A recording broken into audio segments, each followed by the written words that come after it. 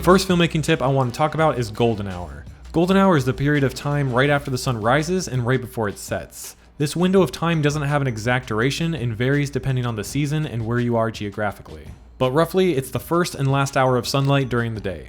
During golden hour, the sun is positioned lower in the sky, which causes the light to be much warmer and softer. Shooting during golden hour is a free and easy way to increase the cinematic quality of your films. This look is much different than if you were to film in direct sunlight during the afternoon.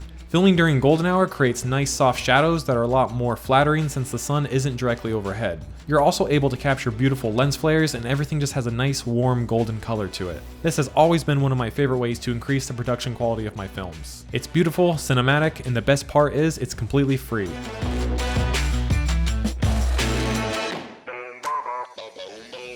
My second tip is using a shower curtain for diffusion.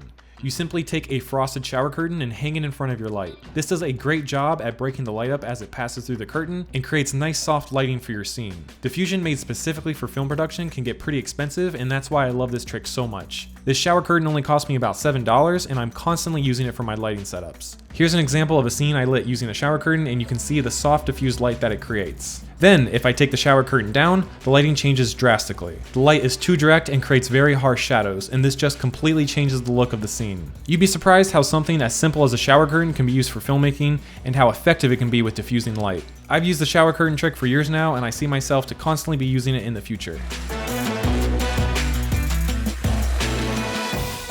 Next up, I want to talk about an ND filter. This stands for neutral density filter and is basically a filter that's used to reduce the amount of light that enters the lens. The most common analogy for this is it's sunglasses for your camera. This one here is something called a variable ND filter, which means I'm able to rotate the filter, and in doing so, I'm able to control the amount of light that enters the lens. This just screws onto the front of the lens and it's ready to use. You would mainly use an ND filter outside on a bright and sunny day. This example here, I was able to shoot with the aperture wide open at an f1.8. Shooting with the aperture wide open allows you to get a very shallow depth of field. Like here, the globe is in focus and the background is nice and blurry. But if I take the ND filter off, all that sunlight now enters the lens and overexposes the image. So I have to close up the aperture to properly expose the camera, but when I do, the image now loses that shallow depth of field and the background is no longer blurry. So if you want to shoot outside with an open aperture, use an ND filter because they're great. The fourth filmmaking tip I want to talk about is a DIY dolly. You don't necessarily need a slider or gimbal to get smooth, steady shots. You can put your camera on something as simple as a book and just slide it across the table.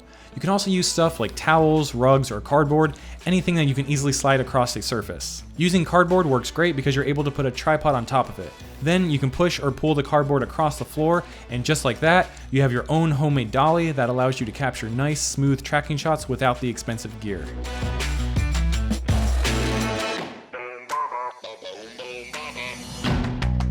And for the fifth and final tip, I want to talk about using a fog machine for your films. One of the ways I love to use a fog machine is using it to achieve a very stylized look. A scenario that this works great with is for a spooky, scary scene.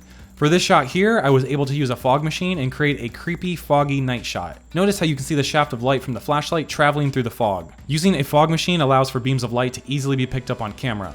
Here's that same shot but without any fog. As you can see, the beam of light coming from the flashlight is no longer visible. This of course all comes down to preference and the type of look that you're going for with your scene. You can also use fog in a more subtle way, and that's easier to do indoors. That's because there isn't any wind and the fog is easier to contain. Here's an example of how I use fog in a more subtle way. Notice that you can still see the shaft of light coming in through the window, but there isn't a heavy blanket of fog swirling around. I got this look by filling the room with fog and spread it around using a piece of cardboard. And this method is called wafting and is a great way to thin out the fog. Then I just let the fog settle for a bit, and this is what it looks like on camera. A nice soft image that still has a visible beam of light. So consider using a fog machine for your films and get creative with it. I'll drop a few links below for some affordable ones. Alright guys, and that's it for my quick filmmaking tips. Thank you so much for watching. I hope you found them interesting. Consider subscribing if you haven't already, and I'll see you in the next video.